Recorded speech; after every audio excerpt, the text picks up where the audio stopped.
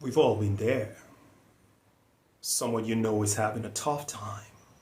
They're sad or distressed or even depressed. You want to say something to make them know that you care.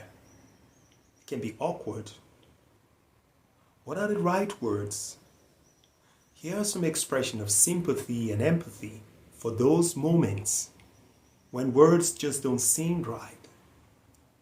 Here are some expressions to show love, support, and care to someone who has just lost a loved one in Nigerian Pidgin English. I beg, take heart.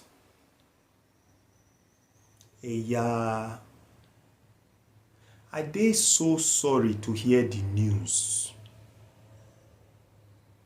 I beg, accept my condolence.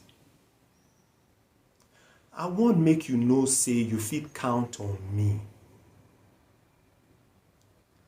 Accept my sympathy. Na Baba God know why. Sorry for your loss. God go console your family. I dey sure say you go get wonderful memories wey you go always treasure. E pain me gan when I hear the news. E don go rest. Everything go dey okay. All of us go one day. Abeg, take am easy. Abeg, take am easy. It is well.